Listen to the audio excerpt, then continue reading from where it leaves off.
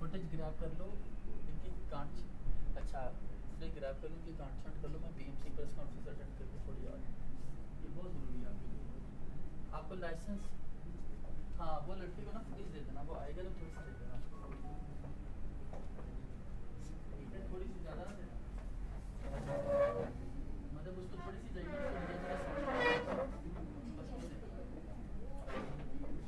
सारी भी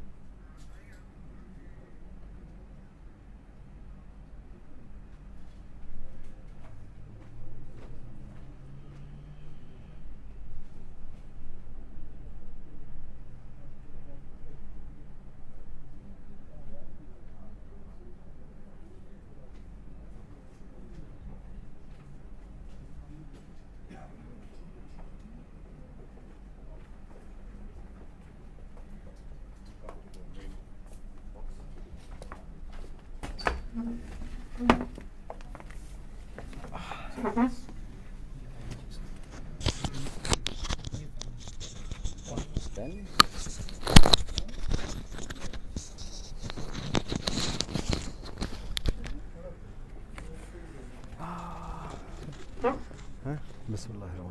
we take our masks off now? Are we allowed to? This level. We are fairly safe. So, Assalamu alaikum everyone.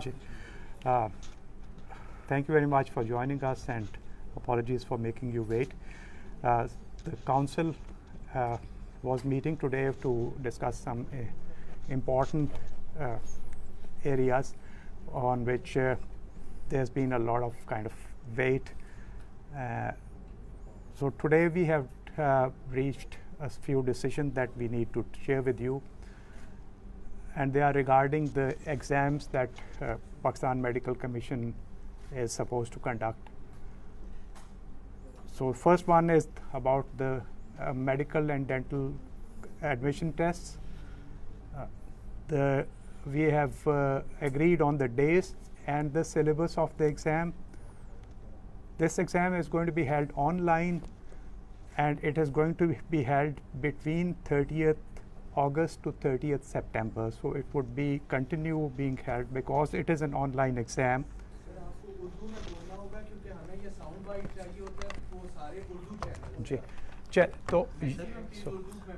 So MD CAT का इम्तहान इंशाल्लाह online 30 अगस्त से 30 सितंबर तक होगा. इसका सिलेबस जो कि एकेडमिक बोर्ड ने तैयार किया बहुत मेहनत के साथ, उसको आज काउंसिल ने अप्रूव कर दिया है. वो इंशाल्लाह वेबसाइट पे लगा दिया जाएगा. और ये क्योंकि ऑनलाइन इम्तहान है इसलिए ये इन तारीख़ों के दरमियान होगा. सो कैंडिडेट्स को उसके लिए अपनी तारीख़ जो वो चाहते हैं और वो सेंटर वो अप्लाई करेंगे और उनको वो डेट मिलेगी जिस पे वो जाके अपना इम्तहान दे सकेंगे. इसी तरह नेशनल लाइसेंसिंग एग्ज़ाम जो कि इस दफ़ा प्राइमरीली होगा फॉरेन स्टूडेंट्स के लिए, वो उसकी तारीख़ रिटन पार्ट 1 की तारीख़ 20 से 27 अगस्त तक अनाउंस की गई है. उसका भी सिलेबस जो है वो अप्रूव कर दिया है काउंसिल ने बोर्ड की रिकमेंडेशन के बाद. इंतहाई मशकूर है हम बोर्ड एकेडमिक बोर्ड के जिन्होंने बहुत मेहनत से ये तमाम बहुत डिटेल सिलेबस तैयार किए और अपनी रिकमेंडेशंस दी.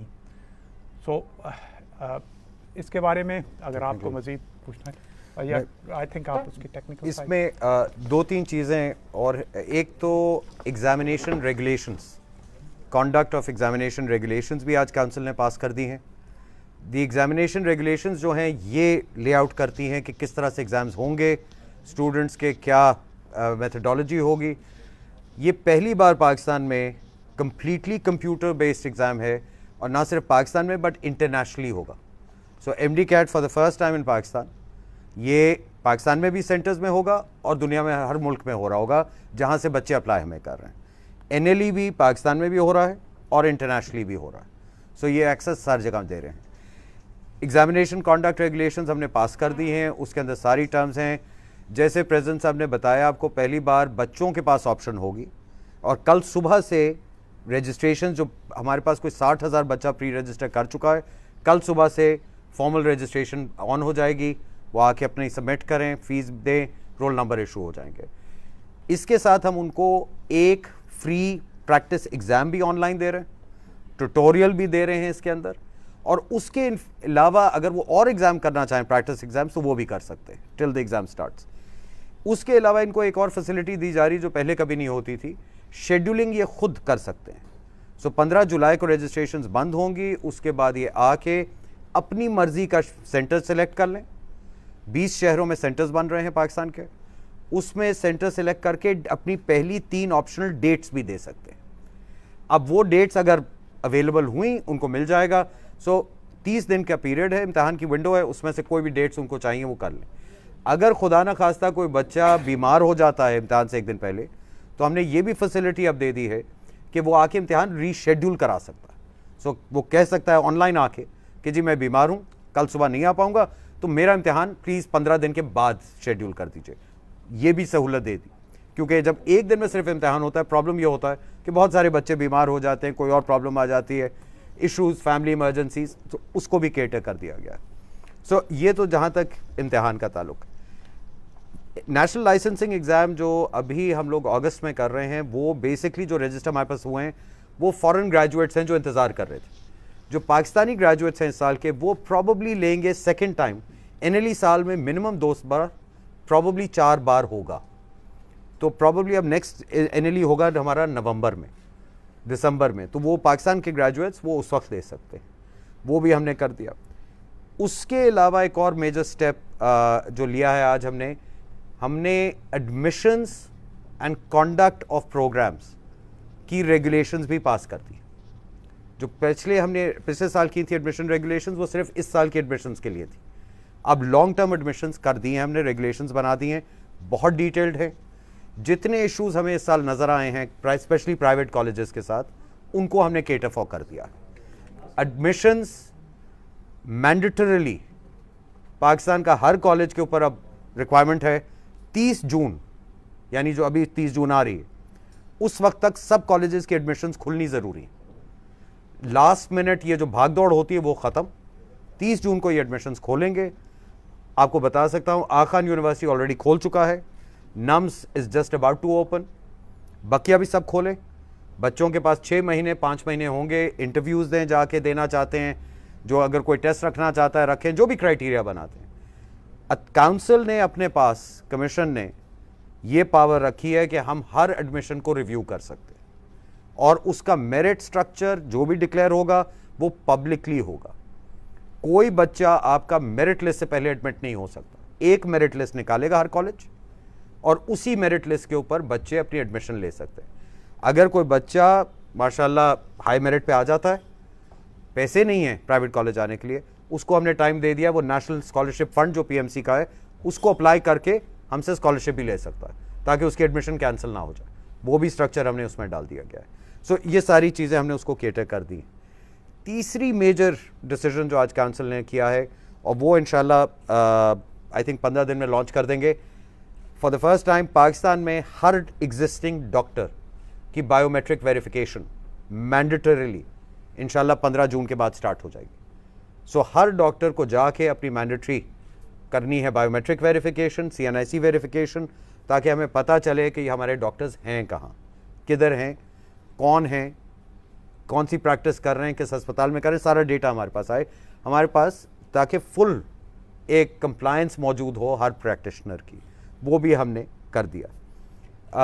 एक आखिरी चीज़, बिकॉज ये इशू प्रॉब्ली आपको 1-2 दिनों में वैसे ही आ जाएगा मीडिया में, we are tackling it right now. Post graduate जो आपके ये MS, MD और CPSP प्रोग्राम्स बहुत सारे होते हैं, अस्पतालों में होते हैं, उनमें से बहुत सारे ऐसे थे जो अभी इंस्पेक्ट होकर क्रेडिट नहीं हुए थे। लाहौर हाई कोर्ट ने एक फ़ैसला दिया है जिसमें उन्होंने कहा है कि अगर टीचिंग हॉस्पिटल अक्रेडिट नहीं होगा PMC के पास, तो आप उसमें प्रोग्राम नहीं चला सकते। तो वो हमने कल सुबह मंडे से इंशाल्लाह फॉर्म ऑनलाइन कर देंगे। हर टीचिंग हॉस्पिटल पाकिस्तान में जिसने अपना कोई प्रोग्राम चलाना है, they are required to immediately submit their application, और हम उसकी फिर इंस्पेक्शंस के लिए इमीडिएट शेड्यूलिंग कर देंगे, ताकि वो कोई मामला प्रॉब्लम किसी को ना आए, वो प्रोसेस चलना शुरू हो जाए।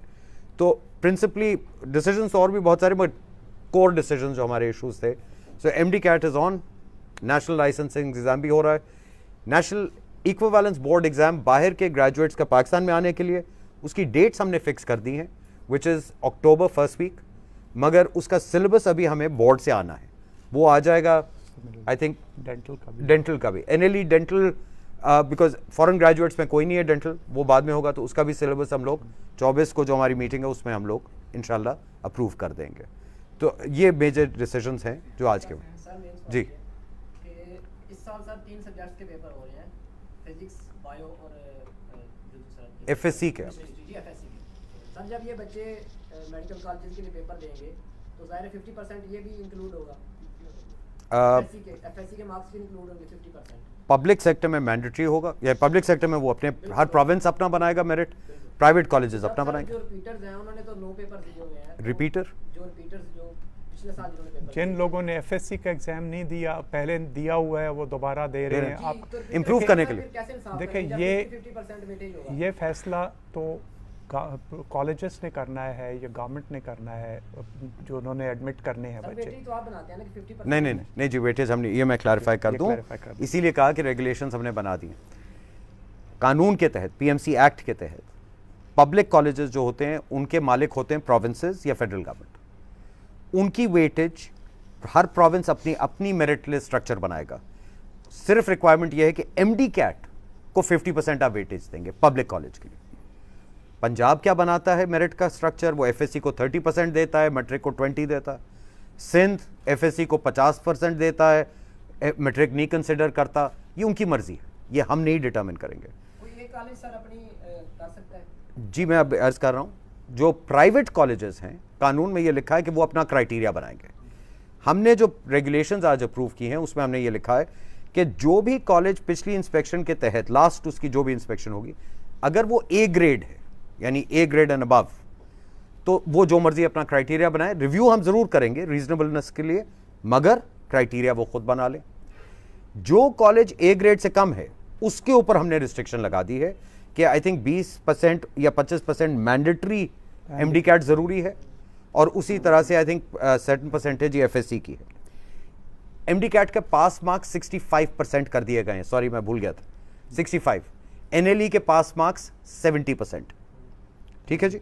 और एफएससी में या जो भी आपका ए लेवल्स इक्विवेलेंस, वो भी आपको मिनिमम 65% नंबर लेने हैं। That is the eligibility criteria वो बनाएंगे।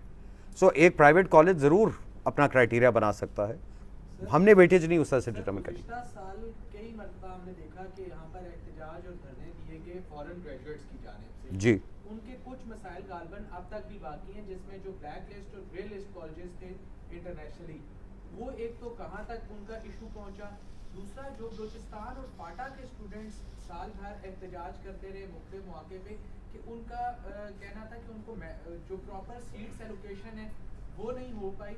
और तीसरा सवाल सर कि जो एमडी कैट का आपने जिक्र किया, तो एमडी कैट के लास्ट ईयर नताइज के बाद बहुत सारा शोर शराबा हुआ, आपने भी मुतादिद मरतबा प्रेस कॉन्फ्रेंसेस की, तो अब की बार जो नताइज हैं उनको प्रॉपरली क्लियर रखने के लिए और उनमें कोई परेशानी ना आए, उसके लिए क्या कुछ स्पेशली आप लोग रिव्यू कर रहे हैं इस सारे प्रोसेस को?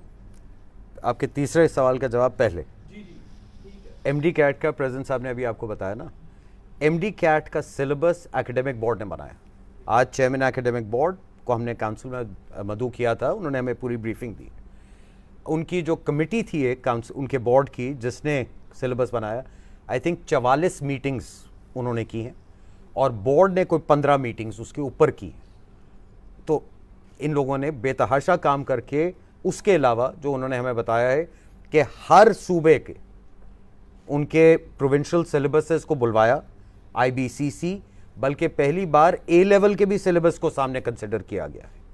उसके बाद उन्होंने उसमें से सिलेबस निकाला है। एक चीज़ मैं आपको क्लियर कर दूं, क्योंकि ये पिछले साल भी यही कंफ्यूजन खड़ी हुई थी, हम एफएससी का इम्तिहान नहीं ले रहे, ना कानून मुझे कहता है कि मैं कॉमन सिलेबस निकालूं। ये एक एंट्री टेस्ट है असेसमेंट का। मैं आपको ये भी अर्ज करता जाऊं, बिकॉज अभी खुल जाएगा सिलेबस, आपको पता चल जाएगा। इस साल एमडी कैट में बायोलॉजी, केमिस्ट्री, फिजिक्स, इंग्लिश और एक नई चीज़ ऐड हो गई है, वो है लॉजिकल रीजनिंग। ये 5 मुख्तलिफ कैटेगरीज के सवालात आएंगे। ये हमारा असेसमेंट इम्तिहान। हमने ये असेस करना है कि एक बच्चा उस काबिलियत का है कि वो आके मेडिकल स्कूल, वो भी 5 साल, हैंडल कर सकता है कि नहीं। इसका कोई ताल्लुक नहीं है एफएससी वगैरह से। We have to do this. Syllabuses हम ज़रूर इस्तेमाल करते हैं जो हायर सेकेंडरी एजुकेशन के, उसी में से निकालते हैं। आज उन्होंने कुछ चीज़ें हमें बताई हैं, हम खुद भी थोड़े हैरान परेशान थे वो जब उन्होंने असेस किए हैं कुछ प्रोविंसेस के, मैं नाम नहीं लूँगा, सिलेबसेस। एक प्रोविंस ने अपनी बायोलॉजी के सब्जेक्ट्स में से मेल रिप्रोडक्टिव सिस्टम पढ़ा रहे हैं, फीमेल नहीं पढ़ा रहे हैं, निकाल दिया। ठीक है जी। उसी तरह से एनाटॉमी में कुछ चीज़ें डाल दी, कुछ नहीं डाली। तो ये देखिए, हम इस मुझे एक बच्चा जो मेडिकल स्कूल में लाना है, आई नीड टू नो कि उस बच्चे ने वो मिनिमम रिक्वायरमेंट्स बेसिक साइंसेज की पढ़ी है जिसके ऊपर वो आके हैंडल कर पाए और पहले साल फेल ना हो जाए। अब अगर एक बोर्ड या एक सूबा कहता है कि मैंने बायोलॉजी सिर्फ प्लांट पढ़ानी है, आई कांट हेल्प इट। अगर किसी ने मेडिकल स्कूल आना है, उनको हमारे सिलेबस को देखना है, उसकी तैयारी करनी है।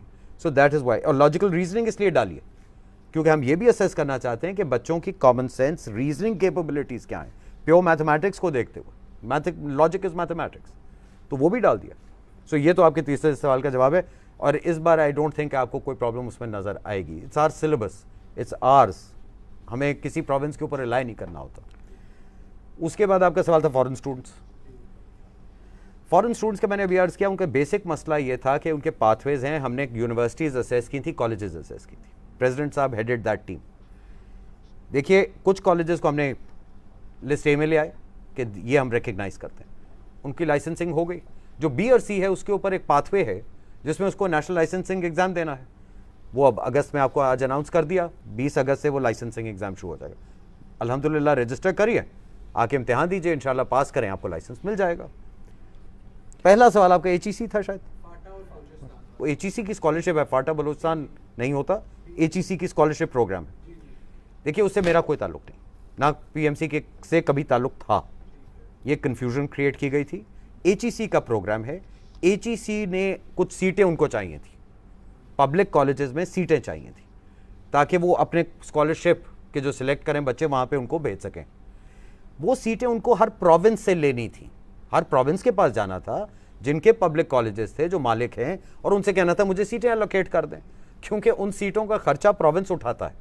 सब्सिडाइज सीट होती है ना, वो तो आपको पता है पब्लिक कॉलेज की जो फीस है वो तो 20-30 हज़ार रुपये कुछ बनती है, तो उनको कॉलेज से लेनी, वो प्रोविंस से लेनी थी। इन्होंने नहीं ली थी, एचईसी ने मांगी नहीं थी।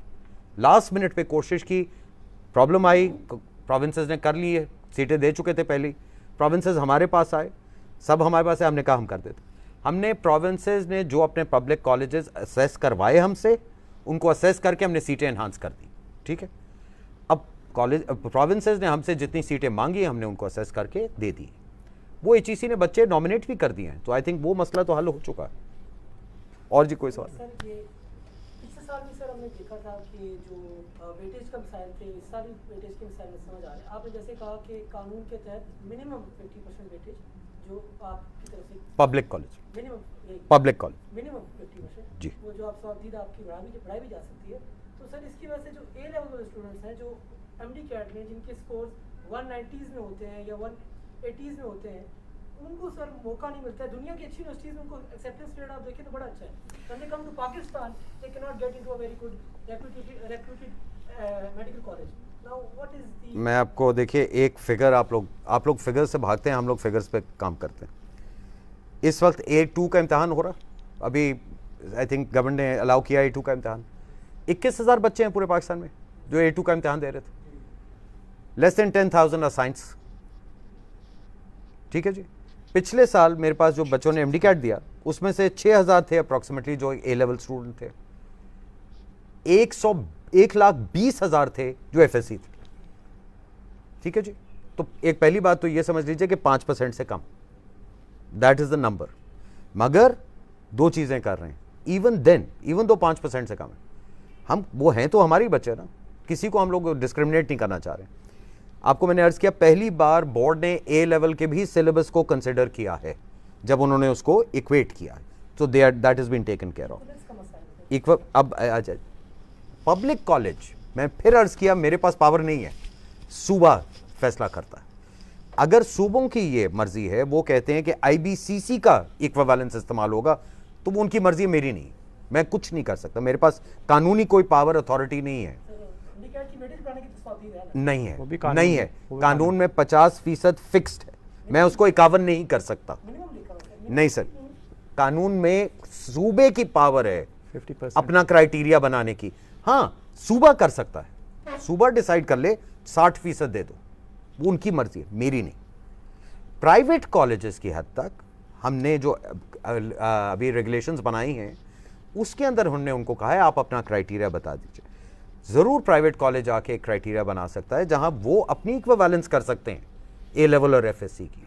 और आपके बाय द वे जितने बड़े यूनिवर्सिटीज़ कॉलेजेस हैं पाकिस्तान में वो करते हैं प्राइवेट सेक्टर में, लम्स हो गया, आईबीए हो गया, आगा खान हो गया। आपको पता है ये आईबीसीसी का सर्टिफिकेट तो नहीं लेते, they do their own equivalence. So but जो भी करेंगे इक्विवेलेंस ला के हमें दिखानी पड़ेगी, रिव्यू करवानी पड़ेगी। अच्छा सर, ये बता दीजिए जी। कि आपने डॉक्टर्स की बायोमेट्रिक बिल्कुल। वेरिफिकेशन के हवाले से बात की, इसको मज़ीद एलाबोरेट कर दें, क्या होगा, क्या फ़ायदा होगा, और क्या कुछ जो दफातर आने के हवाले से, दफ्तर आने की कोई नहीं, दफ्तर नहीं आएंगे। क्या ओवरऑल उसमें क्या मकसद क्या है? 2.5 लाख से ज़्यादा डॉक्टर मेरे पास मेरे रिकॉर्ड्स में रजिस्टर्ड हैं। बहुत सारों की मेरे पास CNIC का रिकॉर्ड नहीं था। बहुत सारे ऐसे हैं जिनका मुझे ये नहीं पता कि वो प्रैक्टिस कर रहे हैं, ज़िंदा हैं, इंतकाल कर गए। क्योंकि देखिए, एक ख्याल रखिए, और ये अनफॉर्चुनेटली सबको पता है, PMC से पहले कोई डेटा रखा नहीं जाता था, कोई डेटा मेंटेन तक नहीं किया जाता था। ये मैं दावे से कह रहा हूँ, आज पाकिस्तान के किसी सूबे के पास ये रिकॉर्ड नहीं है कि उनके सूबे में कितने डॉक्टर इस वक्त मौजूद हैं या कहाँ मौजूद हैं, क्योंकि ये आज तक रिकॉर्ड रखा ही नहीं गया है। ये हमारा काम था, रेगुलेटर का काम है, लाइसेंसिंग रेगुलेटर का काम है। तो अब हम कर रहे हैं। बायोमेट्रिक से मुझे ये पता चल जाएगा कि डॉक्टर साहब हैं, और पहला बायोमेट्रिक हम तंग साहब का करवा देंगे, ठीक है ना। ये मुझे फिर पता चलेगा, और ये जब आएंगे ऑनलाइन, इनको आके डिजिटल आईडी क्रिएट करनी है। मैं कहूँ को 20,000 कर चुके हैं bye the way already. Digital ID create करेंगे, अपना नाम देंगे, करंट एड्रेस देंगे, CNIC देंगे, मुझे ये बताएंगे कि वो कहाँ काम कर रहे हैं, किस शहर में रह रहे हैं, ठीक है जी। उसके बाद उनको एक नंबर जाएगा, उस नंबर को लेके वो किसी भी डेजिग्नेटेड सेंटर में जाके करवा लें बायोमेट्रिक, या अस्पतालों में हम लोग प्रोवाइड करेंगे कायोस्क्स, वहाँ पे करवा लें। और अगर कोई डॉक्टर साहब घर पे बुलवाना चाहते हैं, हम वहाँ पे भी सर्विस दे देंगे। सर कितना टाइम पीरियड आप दे रहे हैं कि इसके दौरान मुकाबले में आप लाइसेंस कैसे कर सकते हैं? 45 दिन 45 दिन, उसके बाद क्या? License suspend. अच्छा सर, PMDC होता था या आप PMC आया, जो ये रूटीन की रजिस्ट्रेशन प्रोसेसेस होते हैं, जो डिग्री कंप्लीट करने के बाद MBBS या BD प्रोविजनल लाइसेंस, आप लोगों से जो लाइसेंसेस लेने होते हैं, उसमें कई मरतबा PMDC से लेके अब तक डिले बहुत ज्यादा आ रहा है। आप आज की बात करिए। आज इस वक्त का आप यही पूछना चाह रहा हूँ, आप क्या हालात? अब On- सब और इस वक्त जो आपके स्ट्रेट फॉरवर्ड जो आप लाइसेंस का केस आता है, उसमें जनरली 24 घंटे के अंदर अंदर उसको हो जाता है, क्योंकि ऑनलाइन कर रहे होते हैं। मोस्टली एप्लीकेशंस 24 घंटे के अंदर अंदर प्रोसेस होके उनको डिस्पैच हो जाता है लाइसेंस। माइंड यू, किसी के हाथ में नहीं दिया जाता, हाँ। उनके एड्रेस पे डिस्पैच किया जाता है कोरियर के थ्रू। कुछ ऐसे केसेस होते हैं जैसे कि जहाँ पे कि हमें कुछ वेरिफिकेशंस कराना होती हैं, वहाँ पे वो टाइम जो वेरिफिकेशन का है, जैसे फॉरेन क्वालिफिकेशंस हैं, उनकी वेरिफिकेशन का जो टाइम है वो है। कुछ केसेस में फॉरेन जैसे पोस्ट ग्रेजुएट क्वालिफिकेशंस हैं, उनके ऊपर हमारी बहुत सारी डेलिब्रेशन हो रही है, क्योंकि देखें, एक चीज़ जहन में रखें कि जिस डॉक्टर को भी आपने लाइसेंस देना है, उसने यहाँ आके प्रैक्टिस करनी है, आपका हमारा इलाज करना है, और एक बार मिल गया तो मिल गया। अब बहुत सारी जो आपने ख़ास तौर पे कॉलेजेस की, यूनिवर्सिटीज़ की लिस्ट्स की बात की थी, हमारा बाहर के कॉलेजेस पे कोई कंट्रोल नहीं है। एक स्टूडेंट अपनी मर्ज़ी से अपने रिस्क पे जाके वहाँ दाखिला लेता है, वो वापस आता है, वापस आके वो मुतालबा करता है कि मुझे एज़ मेडिकल ग्रेजुएट तस्लीम किया जाए। अब एक तरीका तो ये है कि आप एक इम्तहान ले लें, जो पहले होता था। अब उस इम्तहान के नतीजे में भी हमें, उसके बावजूद भी हम ये तो नहीं कर सकते कि किसी को कहें कि आप कॉलेज भी दाखिल ना हो, आप घर बैठे तैयारी करके इम्तहान दे दें।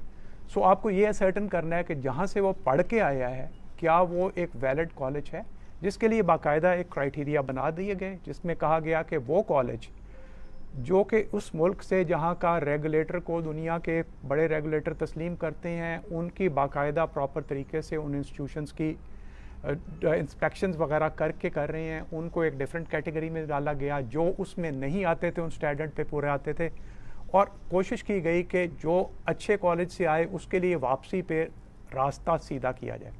सेकंड, पोस्ट ग्रेजुएट क्वालिफिकेशन है, वहाँ पे भी हमें ये सारे हम पाथवेज बना रहे हैं कि जिन मुल्कों की ट्रेनिंग के बारे में हमें यकीन दहानी है, वहाँ के स्पेशलिस्ट को हम सीधा ला के एज स्पेशलिस्ट एक्सेप्ट कर लें और इस हिसाब से कैटेगरी करें, क्योंकि एक बार जब वो यहाँ आ जाएगा तो वो एज स्पेशलिस्ट आपको ट्रीट कर रहा होगा।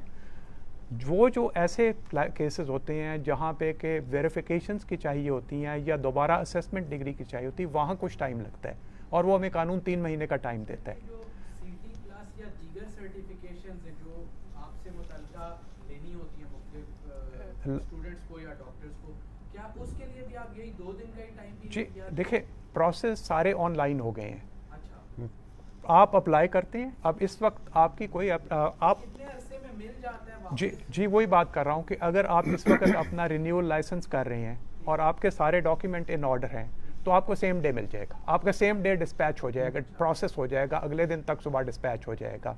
इसी तरह के जो इन कैटेगरीज़ के जो लाइसेंसेस हैं, जहाँ पे कि अगर एक बच्चा जिसके के कॉलेज के रिज़ल्ट आ चुके हैं, अब उसको प्रोविजनल लाइसेंस लेना है, यूनिवर्सिटी ने उसका रिज़ल्ट अपलोड कर दिया, कॉलेज ने अपलोड कर दिया हमारे पास वेबसाइट पे, हमारे डेटाबेस में आ गया, वो बच्चा अप्लाई करेगा, उसको प्रोविजनल उसी तरह हो गया, क्योंकि एक 5 मिनट का प्रोसेस है। आपके सामने स्क्रीन पे उसकी एप्लीकेशन आती है, उसको चेक करते हैं। अभी कुछ प्रॉब्लम बाज़ औक़ात ये हो रही है कि अभी बच्चे ऑनलाइन जो अप्लाई कर रहे हैं उसमें बाज़ औक़ात उस प्रोसेस में गलतियां करते हैं, जिस केस में उनके पास ऑब्जेक्शन वापस जाती है, उनको क्लियर करना पड़ता है।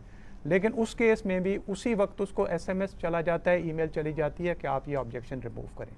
सो जैसे ही क्लियर हो जाता है, क्वालिटी चेक हो जाता है, तो उसी सेम डे पे वो डिस्पैच के लिए चला जाता है, नेक्स्ट डे मॉर्निंग तक वो कॉरियर हो जाता है। सो हम बहुत सारे टेस्ट कर चुके हैं, जो लोगों ये ने भी कहा जी अभी हमें नेक्स्ट डे मिल गया। स्पीड अप कर जाएगा, बिकॉज बाय इंशाल्लाह जुलाई हम डिजिटल लाइसेंस ला रहे हैं। सो आई मीन PMC जो एक चीज़ हमने पहले दिन अनाउंस की थी कि हमारा बिल्कुल ऑब्जेक्टिव है कि 1 साल के अंदर अंदर इसको इंशाल्लाह पाकिस्तान का पहला कंप्लीटली डिजिटाइज्ड रेगुलेटर बना दे। वो इंशाल्लाह वहाँ पे जा रहे हैं हम। आपका लाइसेंस इसके बाद पोस्ट ही नहीं करना पड़ेगा, डिजिटल लाइसेंस होगा। नादरा से हम बात कर चुके हैं, इंशाल्लाह अगस्त के बाद हर डॉक्टर का लाइसेंस उसका CNIC नंबर होगा। आपको अपने अलग नंबर ढूंढने की ज़रूरत ही नहीं, यूनिक ID है। एक और चीज़ मैं आपको बता दूं, बिकॉज वो भी अल्टीमेटली रेलिवेंट है विद समथिंग। हमने आज एक लाइसेंस ऐड किया है, एक कैटेगरी ऑफ लाइसेंसिंग ऐड की है, and that is a temporary license for telemedicine. Because telemedicine बेतहाशा बढ़ गई है पाकिस्तान में। बेतहाशा डॉक्टर हैं पाकिस्तान से बाहर बैठे हुए, जिनको हम नहीं जानते, जो टेलीमेडिसिन पे वो प्लेटफॉर्म्स के ऊपर सर्विस दे रहे हैं। तो वो आज हमने लाइसेंस को अप्रूव कर दिया है। तो अगर कोई डॉक्टर बाहर बैठा है पाकिस्तान से और पाकिस्तान में टेलीमेडिसिन करना चाहता है, तो 3000 रुपये या कुछ फ़ीस है, वो ऑनलाइन आके फौरी अप्लाई करे। अगर उस मुल्क में लाइसेंस शुदा है बता दे हमें और पेमेंट कर दे, उसको फौरी लाइसेंस डिजिटली इशू कर दिया, वेरिफिकेशन के बाद वेरिफिकेशन कर दिया। Most welcome.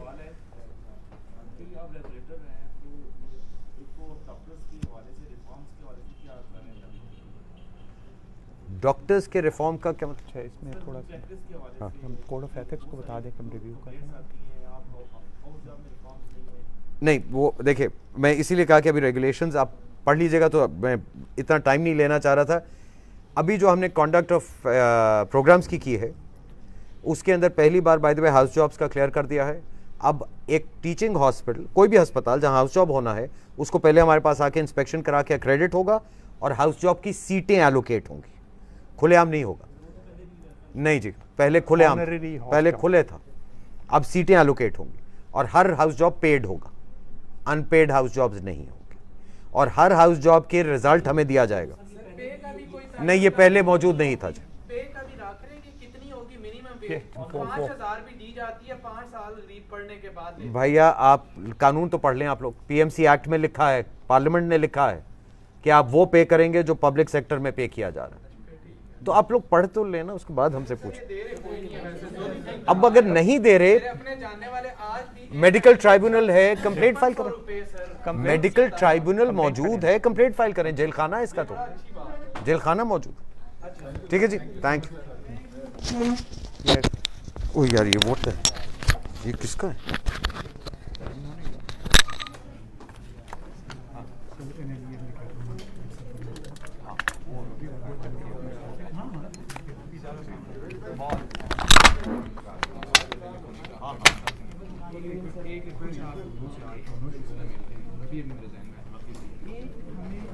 ये गलती अगर आप लोग अक्सर करेंगे अपने तो फायदा और नुकसान नहीं होगा।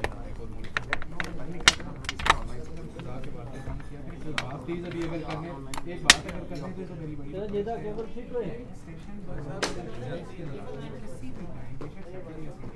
किसी भी बात में 2 या 3 घंटे का हमें ये बता दें इसका क्या? आसमान को मैं कह चुका हूँ।